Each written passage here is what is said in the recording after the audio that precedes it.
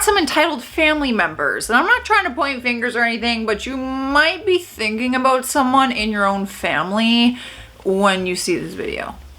I was adopted and constantly told what I owed for it. My adopters told me they could do whatever they wanted to me because they owned me. That's a bad word. The lectures about selfishness were constant. They should have given their lectures to the mirror. They thought their proven goodness should have upped them on the social scale and in their church. They played the "these are our two little adopted girls" card everywhere they went. Apparently, when they were doing the whole background check thing on these parents when adopting, they didn't check to see if they were assholes or not. My mother did something horrendous. My stepfather's funeral services were prepaid prior to his passing, which was known by all 7 of his blended children. My mother, unaware we all knew this, insisted on a $2,500 contribution from each of us to cover services. Mortifying. She tried to play her own children in a time like this. Shame. I have an aunt who we love, but we cannot stand for more than a few minutes at a time. We all have a family member like that. That just made me think. We're a big family and love to have gatherings and eat. There have been times when we don't invite this aunt, but somehow she finds out and shows up anyway. I kid you not. She shows up with Tupperware and baggies, loads up her plate and her kids' plates with food, then whatever they don't eat, she throws in the bowls. When the food is not to her liking, she will complain about it to anyone in her proximity, all while loading up her Tupperware. Thought she didn't like the food. And for the cherry on top, she will tell you that the get-together was terrible and did not have enough of the things she likes. Oh, she just sounds like a treat. My dad got into an argument with the staff of a pub we were at for a family meal. I was about 16 at the time, my sister 13, and my cousins were 20 and 21. We had a good fight, and that included my dad. He drank too much as usual, tried to take some Newcastle Brown home with him, and got into an argument. He went with his standard response to avoid getting arrested. Faking an epileptic seizure. He did this a lot and it sometimes worked. He does have epilepsy, but during his fit, he broke a mirror and the pub called the police. Oh, Dad.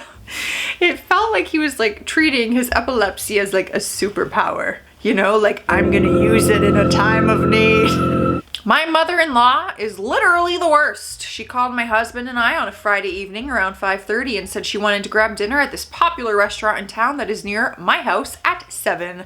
My husband and I go in frequently and we are very friendly with the staff. My mother-in-law, however, firmly believes that because she's been going there a few times a year for a long time that she owns the place.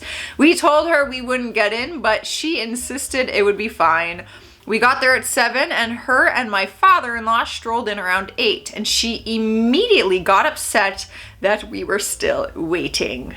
Well, that's what happens when you try to plan a dinner at 5:30 on a Friday night. I feel like no restaurant has availability on Friday nights at 7 p.m. without reservations. It's like, I don't even bother. My grandfather will shake his empty cup of ice at a server to indicate he wants a refill, and he openly examines his silverware and dishes and will demand a new set if something doesn't pass inspection. Ooh. There's times where I would love to take my cup of coffee and empty it and just shake it, and then coffee would appear in it, and someone would bring me coffee. Like right now, I could just get off my lazy ass and go make it, but I don't want to. As a kid, my mom would belittle my dad if he chose to buy a generic brand of anything and she would refuse to use it. Laundry detergent, dish soap, you name it. She would act like it was beneath her and demand he buy a name brand item for her and use the generic for himself. It was embarrassing to witness and taught me how not to act as an adult/spouse. No name brands are the best. Are you kidding me? Anything to save money. If you check half of these brands, it is all the same ingredients and you're literally paying more simply for the brand name. No, ma'am. Not in this household. And you will not become my husband unless we are on the same page with that. You know what I'm saying? My mother and sister visited me recently. I am disabled and housebound, so I have to hire a wheelchair to go out. I try to accommodate their needs as best I can, but nothing I ever do is good enough. My mother says that the food I buy is disgusting, then proceeds to eat all of it anyway and demands that I order takeaway for her. The sofa bed I bought for her isn't good enough. She thinks I'm faking my nerve damage. She has to be the center of attention. She left within 24 hours of arriving just to go to TJ Maxx somewhere. But the thing that pisses me off the most is that she refuses to ever wash her hands. She will literally scream at me for politely asking in my house where she's a guest. I feel like you shouldn't have to ask an adult to wash their hands. Are we not all just washing our hands? My parents kicked me out of the house at 16 and I lived on my own until 18 when I joined the Marines. It's honestly the best thing that ever happened to me because they are horrible people. As soon as I graduated, I found out my mother was using me to get a military discount and to talk herself up to her friends. I asked her to stop and she called me a horrible child and said I didn't love her. This was also maybe the second time we had talked in 2 years. She then immediately told me not to file my taxes so they can claim me as a dependent and keep the money.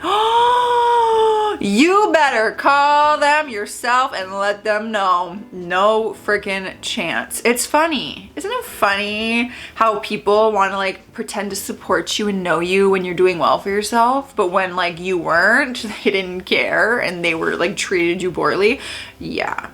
Love when that happens. My mom was always rude to retail workers and staff. Once my siblings and I got older, we started loudly apologizing for her to people she was being rude to.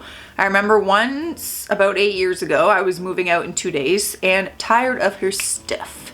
We each had to get stuff from Walmart, so we went together. She demanded to talk to the manager, I don't even remember what for, and once the manager was brought over and asked what was wrong, I interrupted her and told him nothing, my mom is entitled and your employee was great and did nothing wrong. So basically your mom's a Karen. It's okay, this is a safe space. You can just tell us your mom is a Karen. We understand. When my brother was born, I was 13. I had to babysit him anytime my dad and stepmom demanded. They paid me $5 an hour, but it went on a tab they had been keeping for what it costs to raise me. School supplies, lunch money, gym uniforms, basketball shoes, etc. They kept a tally, and each month they'd calculate how many hours they'd made me babysit, multiply it by 5, and deduct from the running tab. Then, when I graduated college, they gave me a bouquet of carnations and said they were going to rip up my tab.